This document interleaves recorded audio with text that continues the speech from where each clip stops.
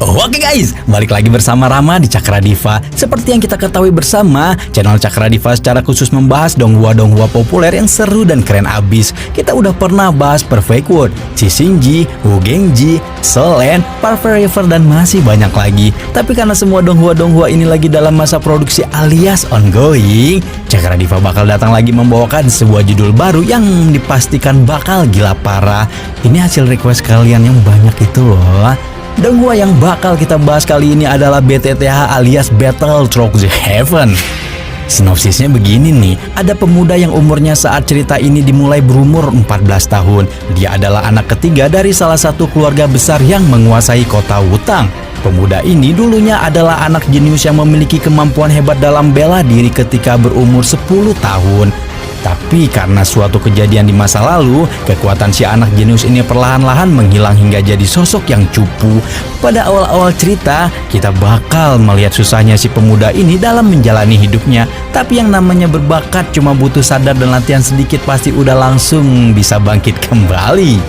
Gimana, udah dapat gambaran kan betapa serunya donghua ini? Langsung aja kita masuk ke pembahasannya.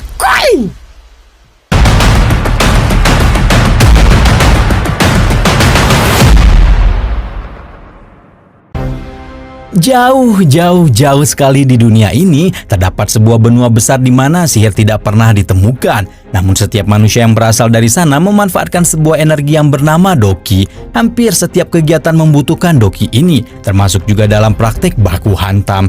Terdapat 10 tingkatan Doki yang dimulai dari Doze hingga Do di benua ini, tempat petarung terkuat yang bisa menguasai segalanya. Kita pergi ke suatu tahun tertentu dalam kisah cerita ini, menuju salah satu dari 3 keluarga besar yang akan melakukan sebuah ujian pemeringkatan. Seorang pengawas yang berdiri di tengah memanggil seorang pemuda yang bernama Xiaoyan. Orang-orang menatap pemuda itu dengan ekspresi merendahkan, bahkan tidak jarang ada yang menertawakannya di depan umum. Xiaoyan berjalan menuju sebuah totem batu raksasa, menempelkan tangannya di depan sebuah batu yang bercahaya biru tersebut.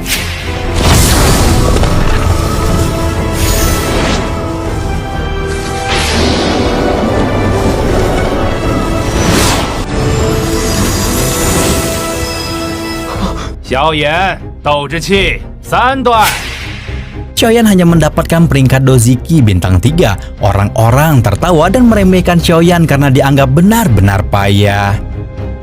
Hanya ada satu orang yang menghibur kesedihan pemuda itu di tengah masa sulitnya, seorang gadis cantik yang bernama Xiaoxun. Selanjutnya adalah giliran Sun Er untuk maju dan melaksanakan ujian pemeringkatan. 我上去了，你等着我。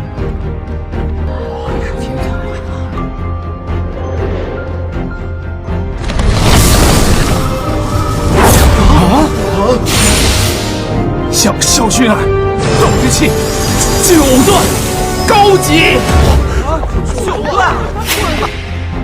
Kemudian kita berpindah menuju ruang rapat keluarga Xiao beberapa saat kemudian. Di sana terlihat 3 kepala keluarga besar sedang berkumpul untuk membahas sesuatu. 3 keluarga ini mengatur sebuah bisnis yang sama, yaitu perdagangan pasar yang mengendalikan berbagai kota-kota di kawasan mereka.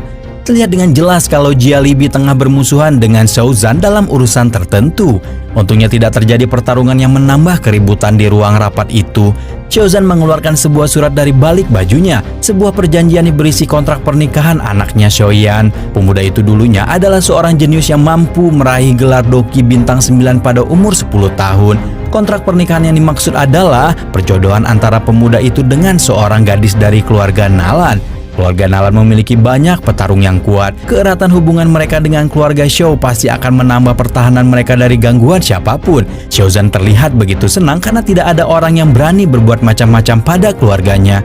Jia Libi mengembalikan kontrak pernikahan tadi kepada Xiao Zhan dengan wajah masam, memutuskan kalau hari ini dia akan kembali ke kediamannya sambil memikirkan banyak hal. Tapi tiba-tiba mereka mendapatkan kabar mengejutkan mengenai kedatangan calon istri Xiaoyan. 纳兰嫣然小姐驾到！哦，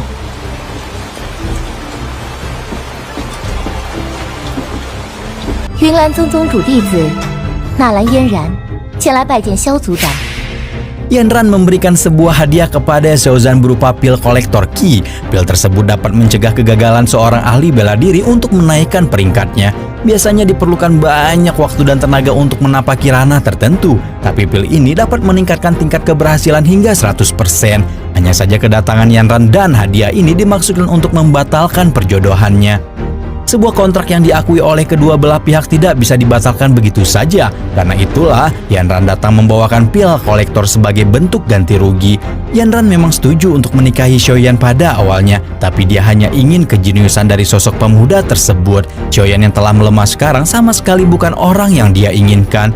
Sebagai bentuk keseriusannya, Yanran juga membawa seorang ahli bela diri yang berada pada tingkat Dadaoshi bintang 7 Puir 16. Ketika situasi ini menjadi semakin panas, sosok yang sedang dibicarakan pun tiba di hadapan semua orang.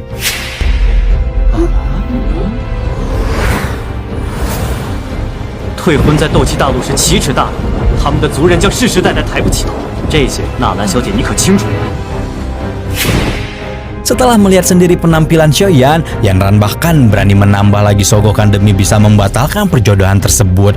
3 butil pil kolektor Qi dan sebuah guru untuk melatih Xiaoyan di klan Nalan. Godaan ini mulai menggetarkan hati dan telinga orang-orang di klan Xiao. Tapi jawaban yang diberikan Xiaoyan justru mengejutkan gadis berambut ungu tersebut. Dia meminta cerai atau pernikahan yang belum dilaksanakan. 纳兰小姐，说吧。我决定，我要休了你这个贱人。什么？ 你耳朵不好吗？休妻。 Karena tidak ada yang mau mengalah, Yanran memutuskan untuk membuat sebuah perjanjian baru di atas perjodohan mereka. Mereka akan bertaruh dalam 3 tahun dengan kekuatan masing-masing. Siapapun yang kalah harus menuruti permintaan sang pemenang. Xiaoyan pun menerima tawaran tersebut dengan senyum percaya diri. 这样吧，3年，我给你们萧家3年时间。3年后，萧炎你来云岚宗找我比武，你输了就得答应退婚，赢了。 莫欺少年穷。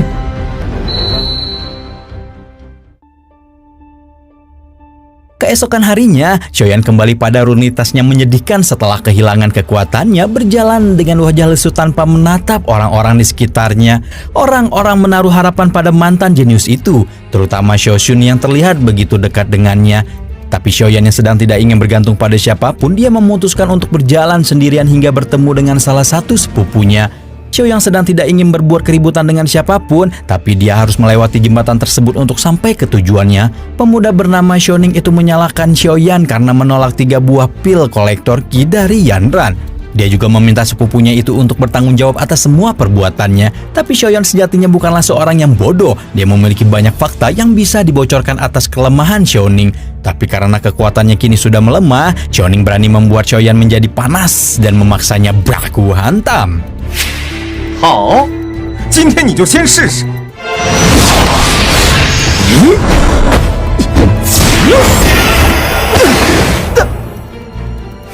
Ketika Xiaoning melihat Yun memunculkan mata marahnya, dia memutuskan untuk pergi sebelum terlibat pertarungan berbahaya. Namun entah karena malu atau putus asa, Xiaoyan memilih untuk kabur meninggalkan tempat tersebut. Dia berlari dengan cepat sambil mengisak tangis, pikirannya terus mengingat kenyataan kalau kekuatannya semakin melemah dari tahun ke tahun, mengecewakan ayahnya dan harapan semua orang kepadanya. Pemuda itu sampai di depan makam seseorang yang sangat dicintainya. Di sisi lain dari makam tersebut, Xiaozhan juga berada di sana merasa kasihan atas nasib buruk yang menimpa anaknya. Ketika Xiaoyan masih menitikkan air matanya, tiba-tiba dia mendengarkan suara dan cincin di tangannya bersinar terang. 母亲，为什么？为什么？为什么？为什么？母亲，孩儿对不住你。3年后，恐怕黄泉之下都没脸见你了。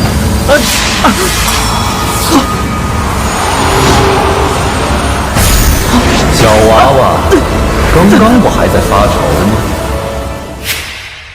Sosok kakek tua tak berwujud bernama Yolo itu muncul menawarkan bantuan kepada Xiaoyan. Dia menjelaskan beberapa dasar mengenai pengendalian Qi mulai dari pembagian 12 tingkat dan 4 kelas yang jelas sudah lama diketahui oleh Xiaoyan. Dia memamerkan pengetahuannya dan bersedia untuk mengajar Xiaoyan menjadi jauh lebih hebat. Tawaran tersebut terdengar sangat menggiurkan baginya, tapi Xiaoyan yang cerdas memilih untuk memikirkan baik-baik kejadian aneh di hadapannya ini. Bagaimana bisa seorang kakek berwujud hantu bisa mengajarkan pengendalian ki tingkat Xuan lebih tinggi dari Huang yang bisa diajarkan oleh guru-guru dari keluarga ternama? Lebih-lebih lagi, gelar Tian yang hampir mustahil untuk dicapai. Kenaikan tingkat untuk mencapai level Huang dan Xuan biasanya membutuhkan bantuan dari seorang alkemis tingkat 5. Tapi Yolo menampilkan kepercayaan diri kalau dia adalah sosok yang jauh lebih hebat daripada itu. Awalnya seluruh ucapan Yolo dianggap lelucon oleh pemuda itu, tapi Xiaoyan akhirnya sadar kalau kakek tua inilah yang selama ini menyerap kekuatannya hingga menjadi selemah ini. Semua itu terpaksa dilakukan Yolo karena bentuk rohnya dulu sangatlah lemah. Xiaoyan memang sangat marah, tapi dia sadar diri kalau dirinya yang sekarang tidak bisa melakukan apapun.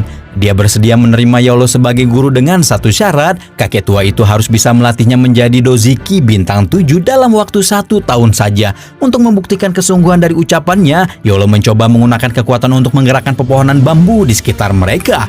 Pertama-tama Xiaoyan diminta untuk mengumpulkan beberapa bahan-bahan langka. Semua kebutuhan itu diperkirakan akan lebih mahal dari 1000 koin emas. Tapi Xiaoyan yang sudah kehabisan ide tidak punya pilihan lain selain menerimanya. 也行，不过真爱药方，不能让钱给憋死，看我的吧！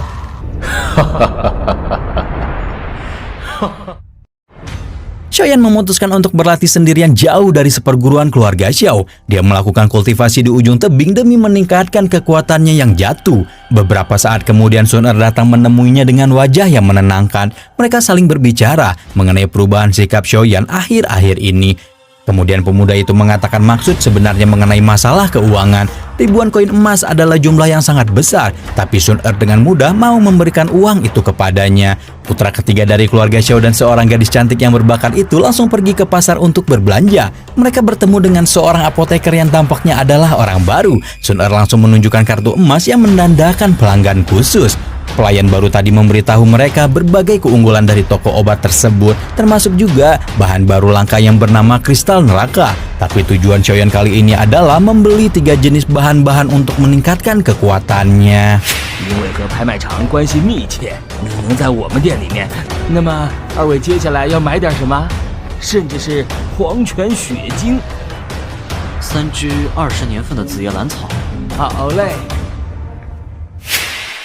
Dengan bantuan Yolo yang bersembunyi di dalam cincin, Xiaoyan dapat memastikan kalau bahan-bahan tersebut memiliki kualitas bagus. Hanya saja terdapat beberapa kecurigaan dari toko obat ini. Sifat dari setiap pelanggannya terasa aneh dan cukup berbahaya. Selanjutnya setelah berbelanja, Sun Er mengajak Xiaoyan pergi ke suatu tempat. Tapi mereka menyadari kemunculan salah satu anggota dari keluarga Jiale yang datang ke pasar. Kecurigaan semakin terasa ketika mereka dicegat oleh 2 orang lain yang berasal dari keluarga saingan itu. Lao meminta mereka untuk mundur dan melindungi obat-obatan. Untungnya Sun Er juga memilih untuk ikut dengan pilihan Xiaoyan. 那个还没有跑，快追！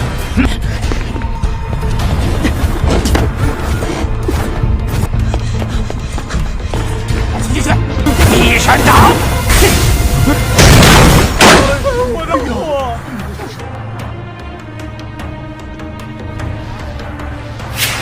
Tempat yang Xiaoyan dan Sun Er datangi kali ini adalah pasar yang dikuasai oleh keluarga Jiale.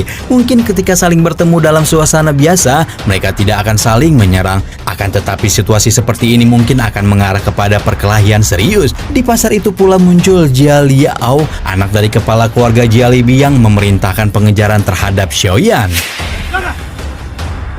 少爷，我们失手了，那就是跟丢了。少爷息怒。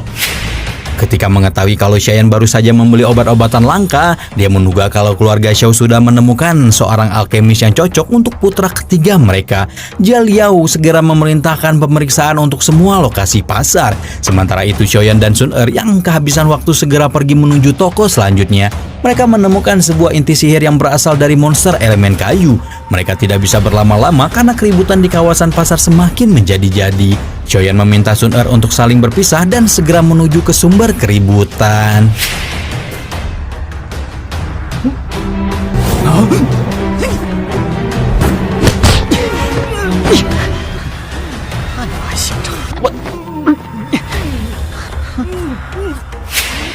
Saat ini Xiaoyan sedang berada di pasar milik keluarganya, tapi para ahli bela diri dari keluarga Jiali terus mengikuti mereka hingga kemari. Celakanya saat ini dia pun tengah dikepung oleh 2 orang sekaligus.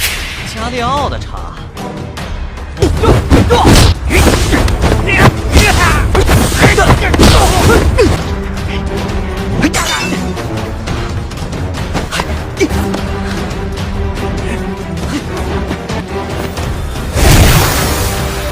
没想到，全是小孩子捉迷藏的把戏。萧炎哥哥，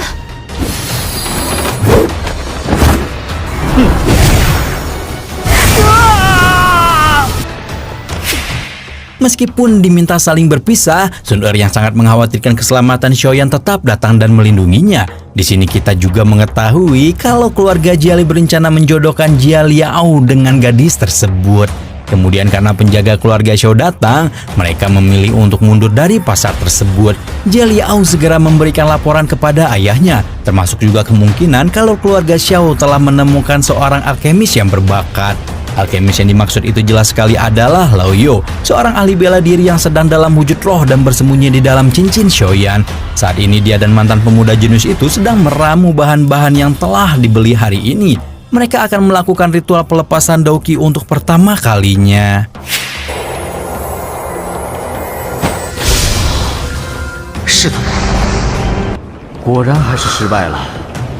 先把斗气凝聚在一起，3段斗之气放出实火，也算是奇闻了。不过做到这样已经很不错了。这就是温养灵液啊，感觉很难的样子。萧炎，萧炎！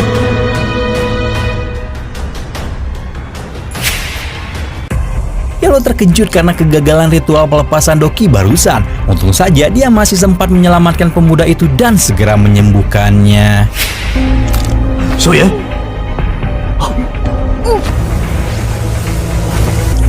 萧炎，萧炎！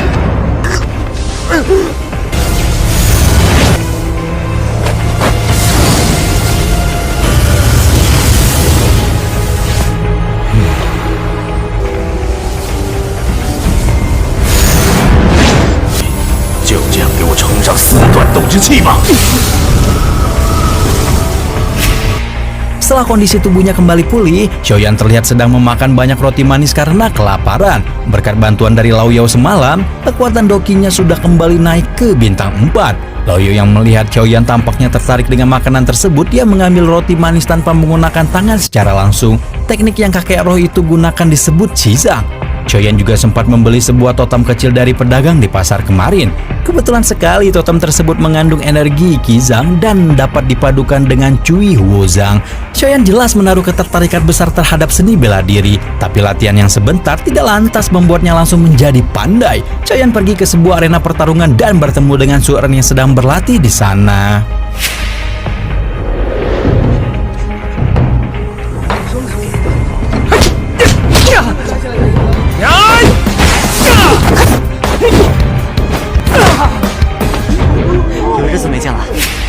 Sun Er benar-benar memperhatikan pemuda tersebut. Dia langsung sadar kalau Xiaoyan juga telah berhasil menembus Daoqi bintang 4. Tapi demi mengalahkan Yanran yang sudah berlevel 8, dia membutuhkan sesuatu yang jauh lebih hebat.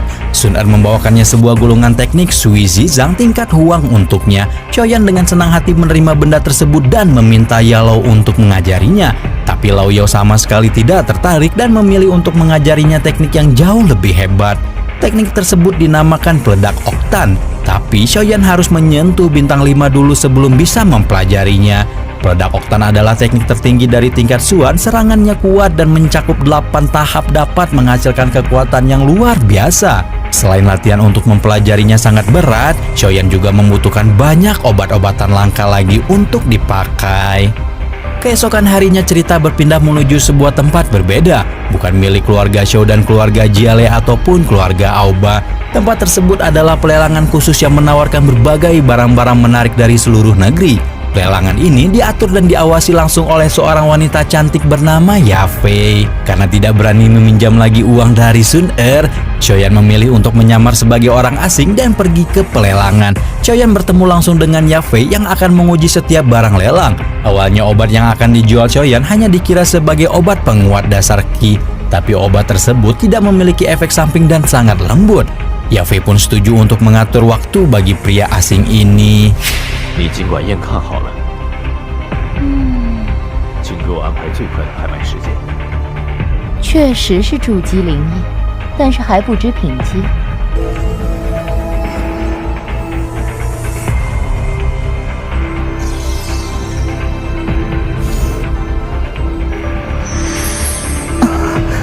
这灵液药力温和，无任何副作用。我这就去安排。 Tiga keluarga besar selalu hadir dalam acara pelelangan. Mereka akan berebut mengambil barang-barang bagus demi kepentingan masing-masing. Obat yang ditawarkan Xiaoyan dibuka dengan nilai 8.000 emas. 各位，刚刚拍卖场接到一样新的拍品，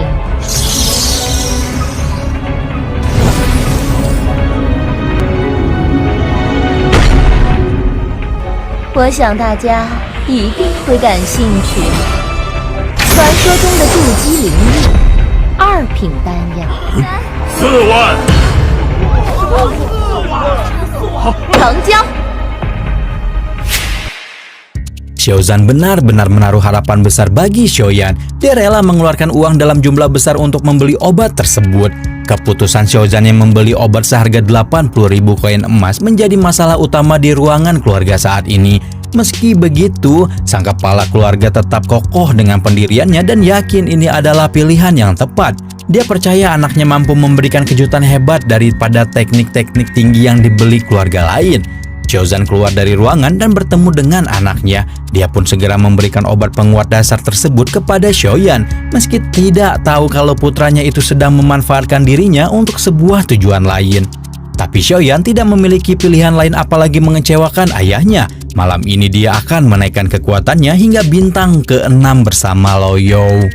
Meskipun kekuatannya sudah meningkat, Xiaoyan masih harus berlatih keras dengan teknik peledak oktan bersama sang kakek roh. Dasar dari seluruh kekuatannya harus dilatih sebaik mungkin agar tidak menjadi sia-sia. Xiaoyan ingin segera mencapai bintang ke-7 sebelum upacara kedewasaan 2 bulan lagi. Lo You menyarankan untuk tidak terburu-buru, tapi kecepatan latihan pemuda itu mungkin akan membuatnya meraih impiannya dalam sekejap mata.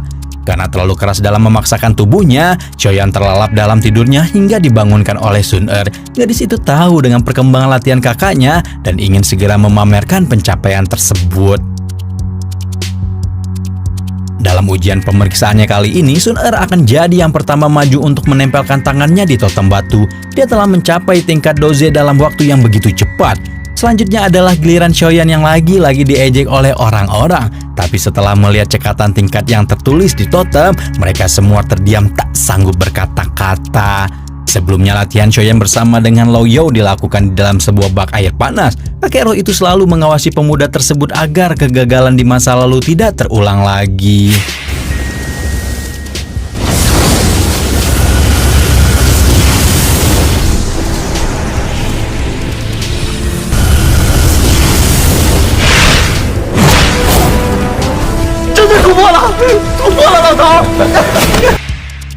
Dengan senyum yang mekar di wajahnya, Xiaoyan segera berjalan menemui Sun Er. Tapi kebangkitan sosok pemuda jenius ini mengundang banyak kecemburuan, mulai dari sepupunya hingga keluarga Jiale yang merencanakan sesuatu. Keesokan harinya adalah upacara kedewasaan kota Wutang yang telah dinanti-nanti. Orang pertama yang akan bertarung di arena kali ini adalah Xiaoyan. Dia akan bertarung melawan sepupunya Xiaoning. 待肖战族长主持，你已经突破到7段，按族里的规定，你会接受一次挑战。第一位，萧炎。大长老，不如就让我这8段来领教一下萧炎表弟的斗技吧。8段对7段，谁怕谁？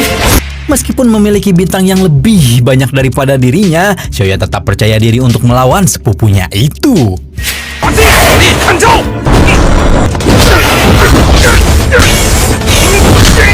他来表弟斗技还是练的少啊！ Xiaoyan berhasil menahan teknik Suan tingkat tinggi dari Xiaoning dengan sangat baik. Bahkan dalam pertarungan tersebut, dia telah mendapatkan peningkatan kekuatan menjadi 8 bintang doki. Bakat yang hebat dari pemuda jenius ini jelas-jelas sudah kembali ke permukaan, tapi kemunculannya telah diantisipasi oleh keluarga Jiale dengan sebuah obat khusus. Ujian keluarga jelas telah berimbang, tapi Xiaoning masih ingin terus melanjutkan pertarungan mereka berdua. Teknisi Zhang Xiaoyan berhasil melemparkan Xiaoning jauh keluar arena. Kali ini telah dipastikan kalau pemuda songong itu tidak bisa lagi dianggap sebagai pemenang. Tapi salah satu suruhan dari keluarga Jiale datang menawarkan obat yang dimaksud sebelumnya. Xiaoning telah meminum pil penguat ki yang terlarang. Obat kuat itu dia mau obat kuat anjing. Berkat obat ini dia dapat memasuki mode mengamuk dan bertarung habis-habisan. Resiko dari obat ini sangatlah berbahaya, tapi hasil yang didapatkan nanti sangat sepadan dengan kekuatannya.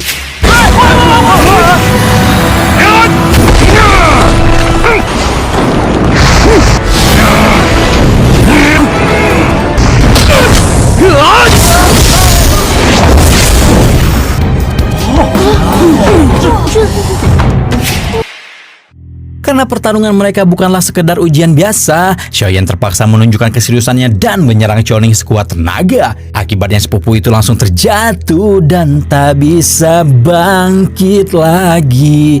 Xiaoyan tidak bisa dihukum karena Xiaoning sendiri yang telah bertindak curang. Bahkan pemuda itu harus dihukum dalam kurungan selama 3 bulan. Tapi peningkatan bintang Xiaoyan juga berkat bantuan dari sepupunya itu. Berita mengenai sang pemuda jenius yang telah bangkit ini menjadi ancaman bagi keluarga Jiale. Untuk itu, Jia Liao telah menyiapkan seorang alkemis bernama Lucy untuk membantu mereka. 柳席大人，恭候您多时了。这一点做到，灭萧家也就是分分钟的事儿。 Liu Xi memiliki tubuh yang kurus dan kulit yang pucat. Sebagai bayaran dari bantuannya, dia hanya meminta seorang wanita cantik untuk menemaninya. Saat ini keluarga Jiale masih belum sanggup mengalahkan keluarga Xiao dalam pertarungan besar. Apalagi mereka juga masih memiliki masalah soal pengendalian pasar. Demi menantang alkemis dari keluarga Xiao, Jia Liao membawa Liu Xi yang berguru dari alkemis level 4. Hanya saja sosok wanita yang dimaksud oleh Liu Xi ini adalah Yafei, sang wanita pemilik pelelangan. Permintaan ini terdengar cukup berat, tapi keluarga Jiale masih berani untuk menyetujuinya. Keesokan harinya, Xiaoyan dan Sun Er pergi ke pasar lagi sambil membaca sebuah gulungan teknik baru. Xiaoyan sempat tertarik dengan teknik-teknik tingkat menengah, tapi Loyo memintanya untuk bersabar demi bisa melatih kemampuan hebat pada tingkatan doze. Secara kebetulan keadaan pasar terasa berbeda. Xiaoyan dan Sun Er bertanya pada salah satu pedagang mengenai masalah ini. Ternyata para pelanggan mereka telah pindah ke pasar keluarga Jiale untuk membeli pil permajaan dengan harga murah. Untungnya Lao Yao memiliki ide untuk menyelesaikan persoalan ini. Xiaoyan kembali dengan penyamarannya pergi ke aula pelelangan. Dia menginginkan beberapa bahan-bahan untuk menyempurnakan reflektor darah. Yafei yang cerdas tahu kalau ini dimaksud untuk menantang pil permajaan dari keluarga Jiale, maka dari itu dia tidak bisa membantu masalah persaingan keluarga. Tapi secara kebetulan terjadi insiden di ruangan tersebut.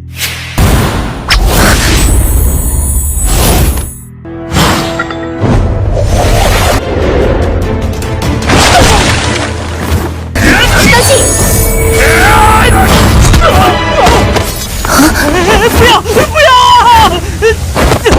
是柳溪大人，他等不及了，就私下派我们来抢你回去。你是何人？如此大胆，竟敢对米特尔家族下手！ Liu Xi, sang alkemis yang diundang keluarga Jiale, ternyata sudah sangat menginginkan keberadaan Yafei. Dia pun mengirim beberapa ahli bela diri untuk menculik wanita cantik itu. Yafei yang terkejut segera berusaha menenangkan dirinya. Dia setuju untuk membantu Xiaoyan demi membalaskan budi dengan syarat pemuda tersebut harus membongkar identitasnya. 替我保密。没想到是你，小公子真是不断给人惊喜。 Insiden di aula pelelangan telah membuat Yafei tidak percaya lagi dengan keluarga Jiale. Dia tetap mau mengirimkan bahan-bahan obat tapi dengan harga yang sangat mahal. Kemudian karena bahan-bahan obatan telah dimonopoli oleh keluarga Jiale, keluarga Xiaoyan juga menjual barang yang sama menjadi pusing sendiri. Mereka tidak tahu harus mendapatkan bahan baku dari mana lagi. Tapi di luar sana telah ada solusi dari permasalahan tersebut. Yafei datang sendiri membawakan 5 gerobak besar bahan baku untuk membuat obat-obatan.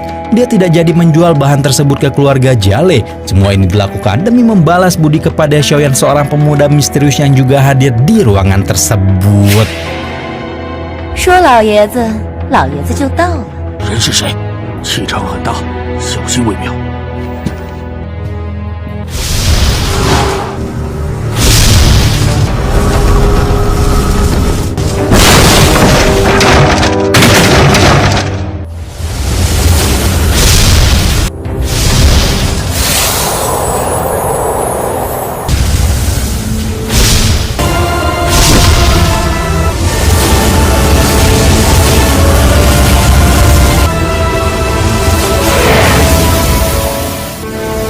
凝血散，正是。 Berkat teknik dan kemampuan yang dipelajari dari Lao Yao, Xiaoyan berhasil menyempurnakan kolektor darah dan memberikan semua obat tersebut kepada keluarga Xiao secara diam-diam. Xiaozan yang merasa sangat berterima kasih menunjukkan wajahnya di hadapan pemuda tersebut, tanpa tahu kalau sosok sebenarnya adalah anaknya yang sangat ia banggakan. Xiaoyan keluar dari ruangan keluarga di tengah hujan yang lebat. Yafei pun datang beberapa saat kemudian dan mengingatkannya untuk berhati-hati dengan keluarga Jiale. Pada suatu hari di pasar keluarga Jiale, obat peremajaan dijual dengan harga 200 koin, 2 kali lipat lebih mahal daripada harga saat kemarin. Kenaikan ini membuat para pelanggan menjadi protes, apalagi ketika harga obat dinaikkan kembali menjadi 300 koin emas. Salah satu pelanggan yang temannya sedang terluka merengsek maju ke depan. Uang yang mereka dapatkan dari bekerja bisa-bisa langsung habis demi membeli obat tersebut. Sayangnya tidak ada rasa kasihan yang bisa diberikan sebegitu mudahnya. Tiba-tiba salah satu rekan mereka datang membawakan sebuah obat lain. Tanpa pikir panjang mereka segera menggunakannya untuk pria yang terluka tersebut.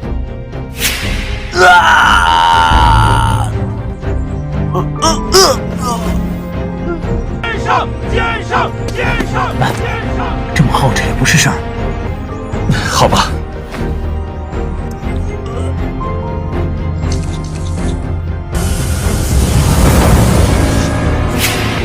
Rekan bermasker tadi menyebutkan kalau dia baru membeli obat tersebut dari pasar keluarga Xiao dengan harga 99 koin saja. Seketika semua pelanggan keluarga Jiale kabur ke pasar sebelah dengan cepat. Karena harga bahan baku yang sangat mahal dan hilangnya semua pelanggan mereka, keluarga Jiale menjadi pusing sendiri. Jiale akhirnya memutuskan untuk mengurangi harga obat menjadi 150 koin emas. Beberapa saat kemudian salah satu bawahan mereka membawakan sebuah kabar yang lebih buruk. Aula pelelangan Yafei telah mengirimkan sebuah bahan baku ke keluarga Xiao, termasuk juga membatalkan kerjasama dengan keluarga Jiale. Insiden penculikan beberapa hari lalu tentu menjadi penyebab dari hal ini. Jialebi segera memanggil Liu Shu dan meminta pertanggungjawabannya atas insiden tersebut. Tapi baginya masalah ini bukanlah sesuatu yang harus dibesar-besarkan. Alkemis itu mengeluarkan sebuah resep obat yang diperkirakan lebih efektif daripada reflektor darah keluarga Xiao. Mereka juga bisa membeli bahan bakunya di luar kota Wutan dengan harga yang murah. Tapi syaratnya dari bantuannya telah berganti. Kali ini dia meminta wanita cantik yang mustahil didapatkannya, yaitu Shun Er. Jialebi telah mengincar gadis dari keluarga Xiao itu untuk dijodohkan dengan putranya. Dia tidak sudi apabila ada pria cabul yang mencoba mengotori rencananya. Jialebi meminta anaknya untuk pergi langsung ke pasar keluarga Xiao dan mencuri resep reflektor darah mereka. Kita berpindah menuju kediaman keluarga Xiao, tepat hari ketika kakak Xiaoning yang bernama Xiaoyu datang kembali ke kota Wutan.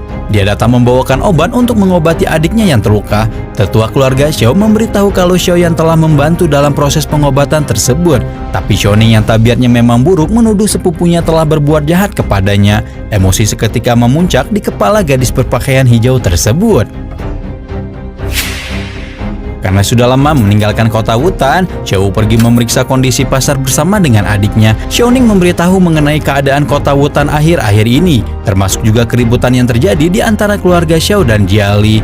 Tepat beberapa saat setelahnya, kedua saudara itu tiba-tiba sudah dikepung oleh pasukan keluarga Jiali. Penyerangan ini dipimpin langsung oleh Jiali Ao sambil membawa Liu Xi.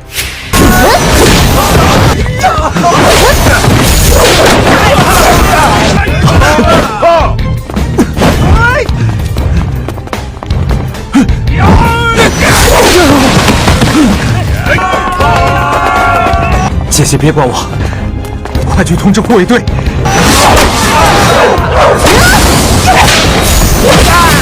Di sisi lain dari pasar tersebut, Xiaoyan yang sedang berpatroli mendapatkan kabar kalau sedang terjadi keributan di wilayah mereka.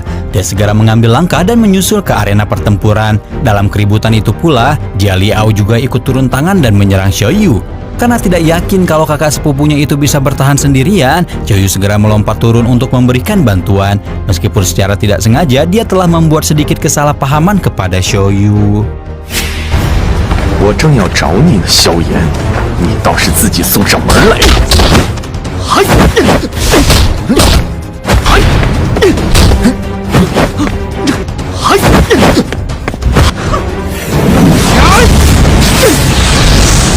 西掌，清风玄拳，鬼火掌，啊！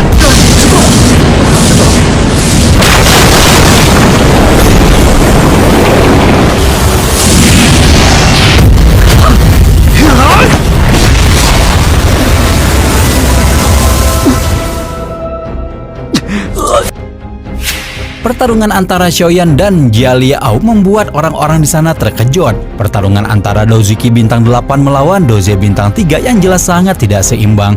Kabar ini juga sampai ke telinga Sun Er yang langsung bergegas menyusul kakaknya itu. Karena perbedaan kekuatan mereka memang cukup besar, Xiaoyu terpaksa beralih ke mode bertahan ketika berhadapan dengan Jia Liao. Tiba-tiba Xiaoyan terdiam dan menunduk ke arah tanah, mengumpulkan kekuatan dalam jumlah besar tepat di kedua tangannya. Xiaoyan menarik kedua sepupunya agar tidak ikut campur dalam pertarungan tersebut, menyisakan tubuhnya yang sedang dilimuti aura jingga yang sangat menakutkan.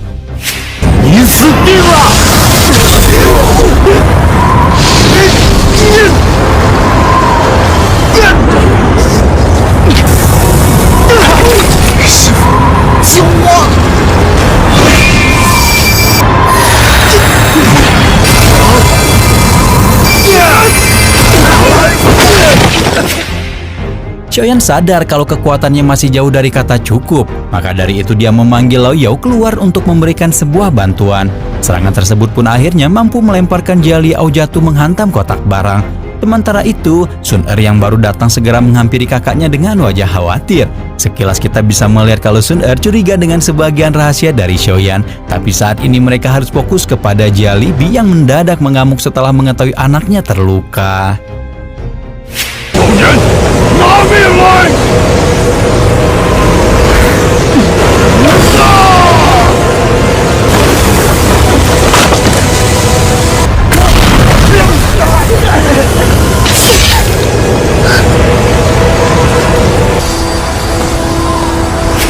Sun Er ingin membawa kakaknya pergi dari arena pertempuran, sementara Xiaoyan memilih untuk tetap berada di sana. Kalau begini terus mereka berdua hanya akan menjadi korban yang tak terelakkan. Untunglah di saat-saat kritis itu muncullah Xiaozan dengan kemampuan kultivasi yang tidak bisa diremehkan. 该死的老家伙！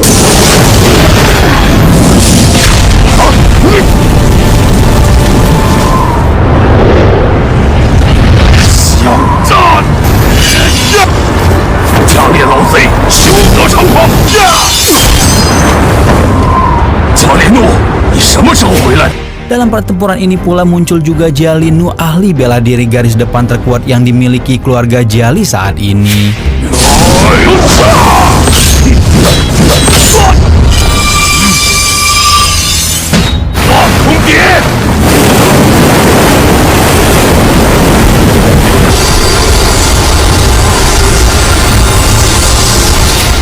Setelah keluarga Jiali memutuskan untuk kabur dari pasar keluarga Xiao, Xiaozan segera memberikan obat untuk membantu penyembuhan anaknya. Kedatangan Jia Linu membuat permasalahan di antara keluarga mereka semakin kacau. Tingkat kekuatannya berada satu level di bawah sang kepala keluarga Jia Libi. Mereka juga harus waspada dengan sang alkemis Liu Xi yang menjadi awal dari kericuhan ini. Liu Xi sendiri masih tetap dengan pendiriannya, menggoda Jia Libi untuk ikut dalam rencana membuat obat yang diperkirakan lebih hebat daripada reflektor darah. Jia Libi tentu tidak mau memutuskan semuanya dengan mudah. Anaknya yang sadar dengan masalah ini kemudian maju memberikan pendapatnya. Dia setuju meninggalkan mimpi menikah dengan Sun Er demi bisa mengalahkan keluarga Xiao. Obat yang ingin dibuat Liu Xi adalah sesuatu yang berbahaya. Xiaoyan berniat untuk membunuh alkemis pengacau itu tepat pada malam ini. Liu Xi sendiri sedang berada di ruang pribadinya sambil dikelilingi dua gadis cantik. Kecintaannya terhadap wanita benar-benar besar, tapi dia mudah sekali bosan dan ingin segera menemukan wanita yang jauh lebih mempesona lagi. Targetnya saat ini adalah gadis cantik dari keluarga Xiao. 我当是谁呢？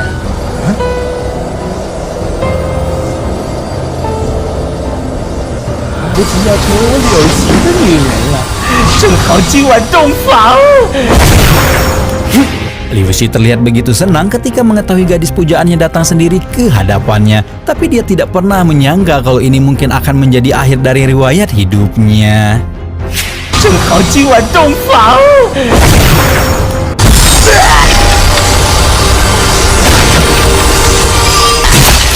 Xiaoyan jelas-jelas melihat sendiri bagaimana Sun Er keluar dari ruangan Liu Xi. Bahkan Lo Yo juga tidak menyangka kalau gadis itu memiliki sisi yang tidak terduga seperti ini.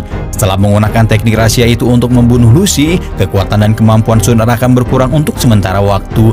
Xiaoyan ingin sekali datang dan menyembuhkannya, tapi Lo Yo melarang pemuda itu karena mengetahui sendiri apa yang dirasakan Sun Er saat ini. Lo Yo tahu kalau Xiaoyan memiliki perasaan kepada Sun Er, tapi sekarang dia memiliki urusan lain untuk diselesaikan. Berita mengenai kematian Liu Xi menjadi permasalahan baru untuk keluarga Jiali. Mereka tidak bisa membuat obat Hu Tiango untuk menyayangi reflektor darah. Tapi Jiali Ao memiliki sebuah ide licik. Dia akan mengundang Liu Xi dan mengadu dombanya dengan keluarga Xiao agar mereka saling bertarung. Jiali setuju dengan rencana ini dan segera meminta Jialinu untuk membeli bahan obat di luar kota. Keesokan harinya, Xiaoyan pergi ke aula pelelangan. Di sana dia langsung disambut oleh Yafei yang mungkin sudah menantinya sebegitu lama. Di sana Xiaoyan memberitahu informasi mengenai niat keluarga Jiali membuat Hu Tiango. Berdasarkan informasi dari Yafei, sepertinya keluarga Jiali akan pergi ke kota sebelah yang masih menyediakan bahan baku pembuatan obat. Xiaoyan akan pergi sendiri untuk menyelidiki permasalahan ini. Dia diantar oleh ayahnya hingga ke perbatasan kota hutan. Karena tidak sempat mengucapkan perpisahan kepada Sun Er, dia menitipkan sebuah obat pemulih Qi untuk gadis tersebut. Xiaoyan tidak tahu kapan dia bisa kembali, tapi yang jelas pemuda itu memiliki misi penting demi kesejahteraan keluarga mereka. Perjalanan membututi rombongan keluarga Jiali harus ditempuh dengan jarak yang sangat jauh. Saat ini Xiaoyan sedang berada di pegunungan monster sambil berkultivasi dan menguji kekuatannya. Kemampuan Xiaoyan saat ini telah berada pada bintang 9. Sudah cukup untuk membuat monster level 1 kabur terbirit-birit ketika melihatnya. Tapi belum cukup untuk melawan monster level 2 dan 3. Karena itu Lo Yo memberikannya sebuah senjata berbentuk pedang yang sangat besar.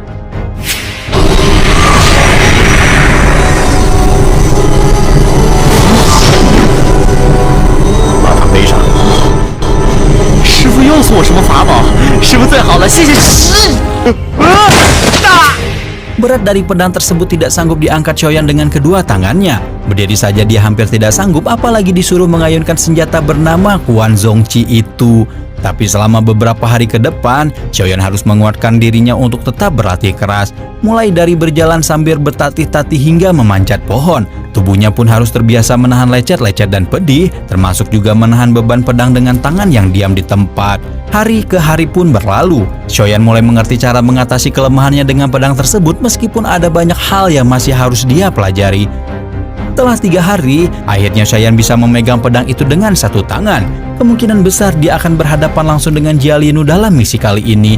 Tiba-tiba, Xiaoyan dan Lo Yo mendengar suara teriakan dari seorang gadis di tengah hutan.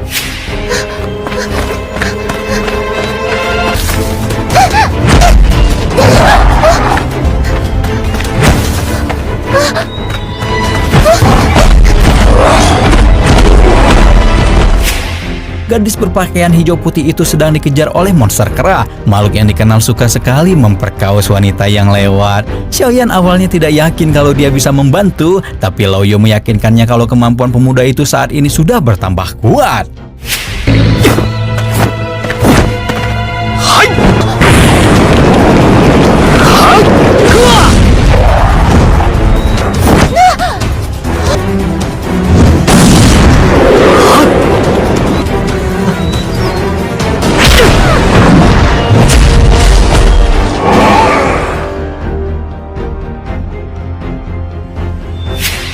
Bukannya mendapat ucapan terima kasih atas perbuatannya, gadis bernama Xiao Yishan justru menuduh Xiaoyan sebagai orang yang mesum. Dia adalah seorang ahli medis yang berasal dari kota Kingshan dan berpisah dari kelompok utamanya. Xiaoyan pun segera bertanya mengenai informasi rombongan keluarga Jiali. Tampaknya gadis itu mengetahui beberapa hal, tapi dia baru memberitahu Xiaoyan setelah dia bisa kembali ke kelompoknya. Karena tidak punya pilihan lain, Xiaoyan terpaksa akan menjadi pengawal gadis tersebut. Cerita berpindah menuju markas dari tentara bayaran kepala serigala dipimpin oleh seorang pria berambut ungu yang bernama Muli. Markas tersebut tiba-tiba diserang oleh sekelompok monster puma berekor ular tepat ketika Xiaoyan dan Yishan sampai ke kawasan tersebut.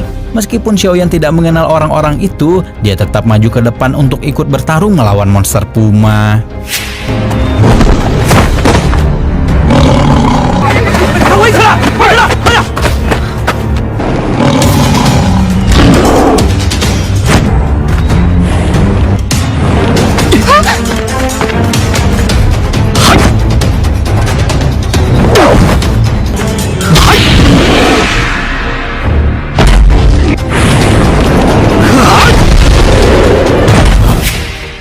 Keahlian bertarung Xiaoyan dipuji oleh Muli. Dia memberikan 2 ekor monster puma yang telah dibunuh oleh pemuda itu.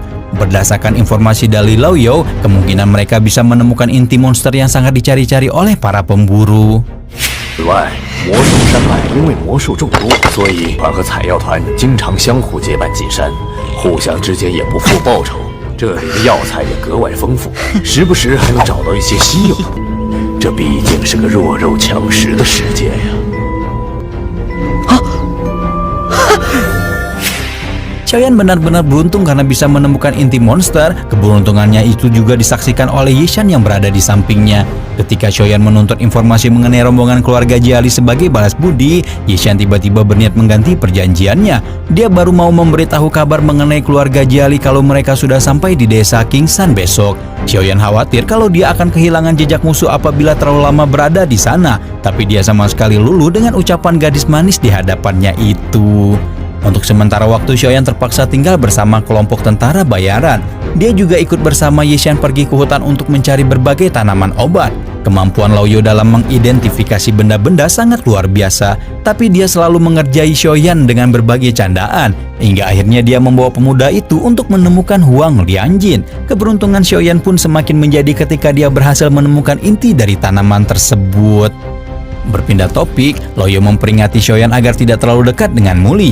Beberapa saat kemudian sang pemimpin tentara bayaran itu pun datang menghampirinya mengajak Xiaoyan untuk bergabung bersama mereka karena memiliki kemampuan bertarung yang hebat. Xiaoyan yang mengingat pesan Lao Yao memilih untuk menolak tawaran itu dengan sopan. Setelah Muli pergi, Lao Yao tiba-tiba meminta muridnya itu untuk pergi mencari Yishan. Gadis yang kebetulan juga memiliki nama yang sama dengan Xiaoyan itu sedang berada di ujung tebing. Dia tertarik dengan sebuah gua di bawah sana yang sepertinya berisi harta karun. Tapi gua itu dijaga oleh seekor ular berbatu. Dia pun meminta Xiaoyan untuk masuk bersama dan membagi harta karun sama rata. Xiaoyan tidak ingin terlalu rugi, dia meminta informasi mengenai rombongan keluarga Jiali terlebih dahulu. Meski pada akhirnya dia setuju untuk saling berbicara ketika misi perburuan harta telah selesai. Kemudian karena tidak mau menunggu lebih lama, Xiaoyan tiba-tiba sudah mendorong gadis itu jatuh ke bawah jurang. 我保证，找到宝物之后就告诉你药材队的所有消息。相信我嘛。好吧，没这必要。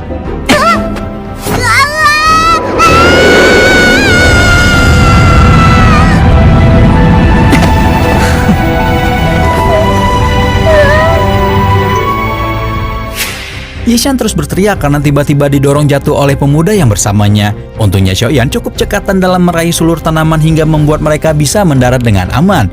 Dia juga menggunakan kekuatannya untuk memancing kemunculan sang ular berbatu sekaligus di saat yang sama berusaha untuk tidak dimakan hidup-hidup oleh makhluk tersebut. 快看，就是那个山洞。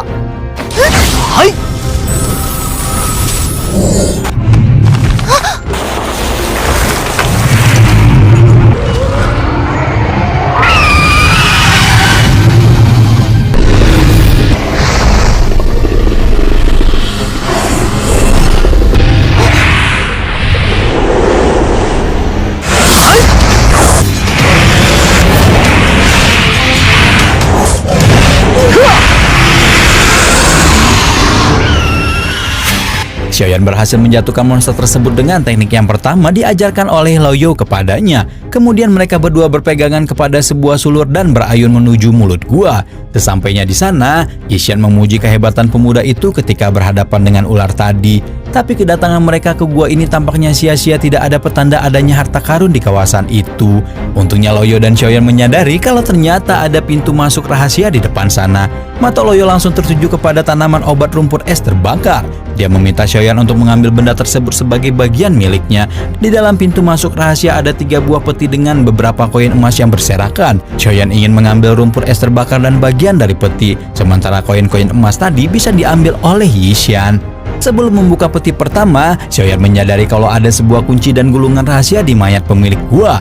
Peti pertama berisi gulungan cara pembuatan obat-obatan beracun yang akan menjadi milik Yixian. Peti kedua berisi zirah level Xuan tingkat tinggi bernama sayap elang. Tetapi sebelum peti ketiga dibuka, mereka terkejut karena mendengar tertawa bahagia dari Muli dan kelompok tentara bayarannya. Ternyata ketika mengajak Xiaoyan masuk menjadi anggotanya, ia sudah mengincar gadis dan harta karun tersebut. Xiaoyan segera menarik Yixian untuk kabur lebih jauh ke dalam gua. Dia menggunakan beberapa teknik doki untuk menyerang pengejar yang berada di belakang.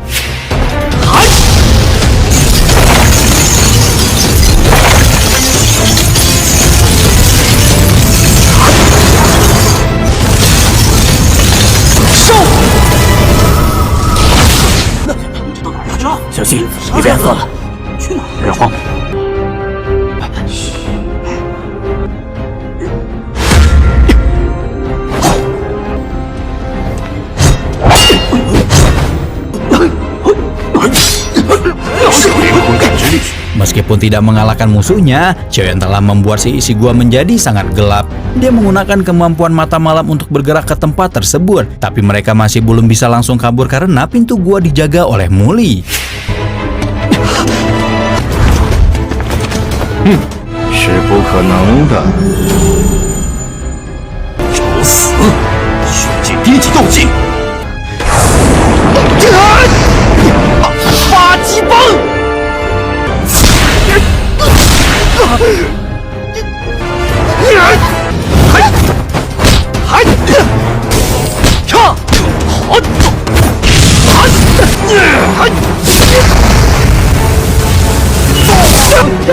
小心！ Yixian segera memanggil Xiaolan alias burung raksasa yang menjadi teman baiknya. Mereka segera kabur dari gua tadi menuju kawasan yang lebih aman. Xiaoyan terbangun dengan pikiran yang panik, tubuhnya langsung merespon seakan bersiap dengan pertarungan.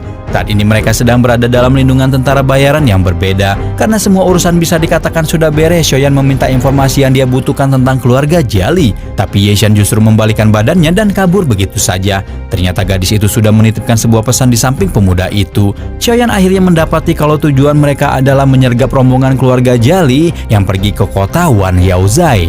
Xiaoyan segera pergi dengan cepat dan mengambil posisi aman selagi menunggu dia berkultivasi untuk meningkatkan kemampuannya. 好了，你现在可以服下我之前为你炼制的聚气散了。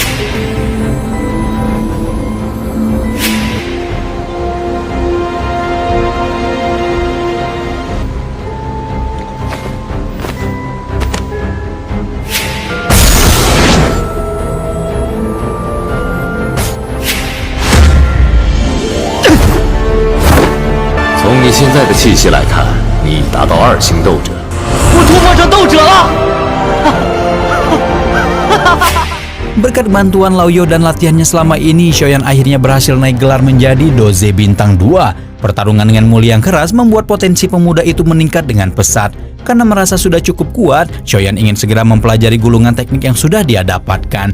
Tapi karena kenyataan tubuh Xiaoyan masih belum sanggup, Laoyu menyarankan agar dia berlatih teknik Fenju. Teknik itu memang hanya berada di level Huang, tetapi kemampuan aslinya bisa meningkat jadi Xuan, Di, atau bahkan Tian. Hanya saja Laoyu masih belum pernah melihat ada orang yang berhasil mempraktekannya. Kesulitan yang besar justru membuat Xiaoyan menjadi semakin tertantang. Kebetulan Su Lianjiang dan rumput es terbakar yang dikumpulkan sebelumnya adalah bahan yang dia butuhkan.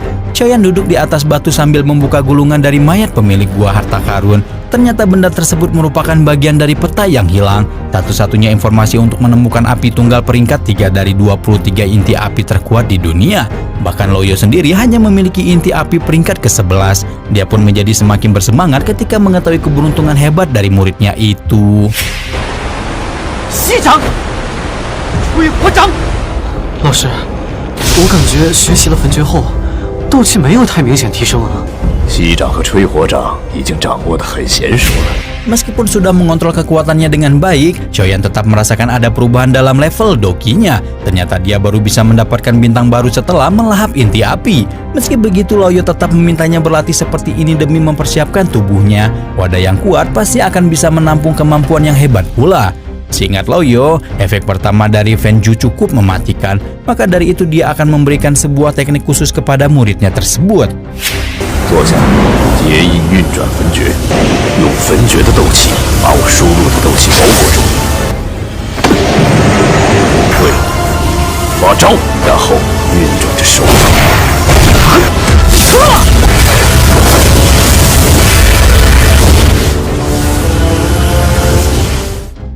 Api putih yang disalurkan Loyo mampu membakar pepohonan dengan mudah. Dengan begini mereka mungkin sudah siap untuk maju ke tahap berikutnya. Kebetulan sekali pula orang yang mereka tunggu-tunggu sudah tiba di lokasi.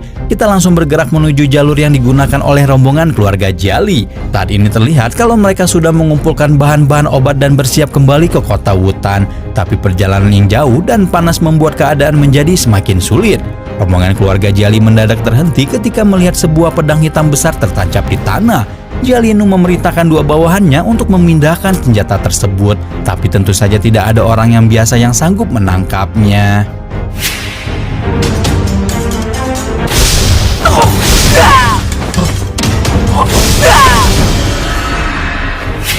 Jiali langsung sadar kalau rombongan mereka sedang dicegat oleh penyerang tak dikenal. Dia segera mengambil posisi dengan anak panah Doki.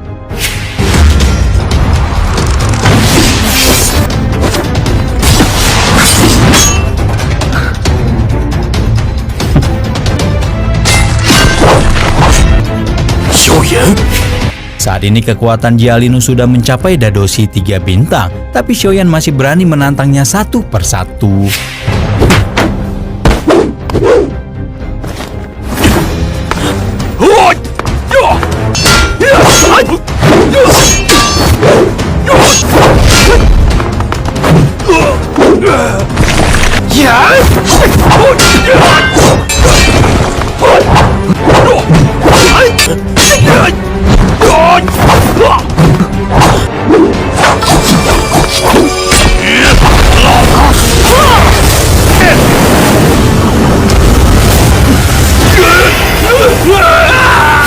Pada akhirnya, dia menjatuhkan orang kedua terkuat di keluarga Jiali dalam jurang, membiarkan salah satu bawahan kabur dan melaporkan kepada Jialibi. Dia tidak tahu siapa orang yang menyerang rombongan mereka, tapi dia tahu kalau ada teknik api putih yang digunakan sosok itu untuk menghancurkan kereta mereka. Jialibi dan anaknya langsung sadar dengan petunjuk tersebut. Baru pertama kali mereka melihat sebuah api putih yang pastinya adalah Xiaoyan. Tapi mereka tidak menyangka kalau anak itu sudah berkultivasi sampai sehebat ini. Berita buruk juga datang ketika bawahan tadi memberitahu kalau mereka berhutang 300.000 koin emas untuk membeli obat.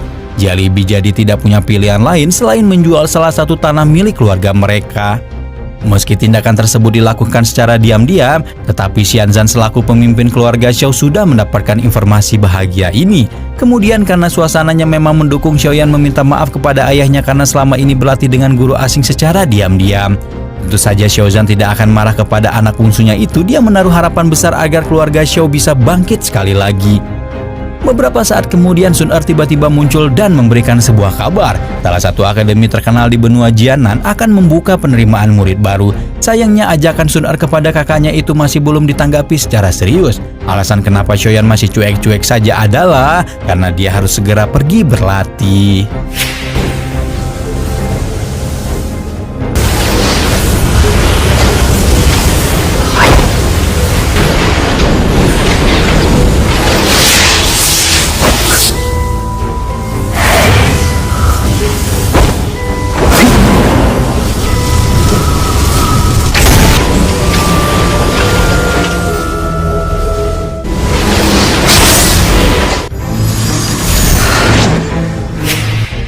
Xiaoyan melatih kemampuannya menyaring obat di bawah pengawasan Lao Yao. Dengan begini tingkat kultivasinya juga dapat meningkat seiring dengan berjalannya waktu.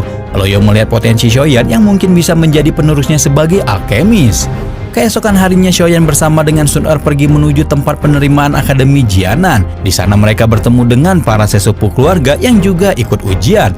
Tes kali ini akan diawasi oleh seorang senior bernama Lobu. Setiap anak yang kekuatannya berada di peringkat Doki bintang 8 akan dinyatakan layak bergabung.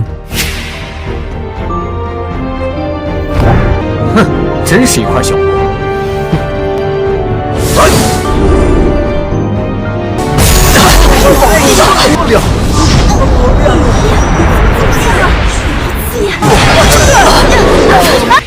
Kemampuan Xiaoyan barusan memang benar-benar mengejutkan, bahkan membuat senior yang sombong tadi sampai terkejut. Tapi penerimaan tahap kedua justru berjalan dengan sangat lambat. Para calon murid baru dipaksa menunggu lama sekali di bawah terik matahari. Di depan mereka sudah ada seorang guru akademi bernama Rolin. Dia membuka gulungan untuk membagi calon murid berdasarkan kekuatan mereka, mulai dari tingkat D sampai tingkat S. Sun Er memecahkan rekor murid baru dengan kekuatan tertinggi pada tingkat Doze bintang 6. Dia sudah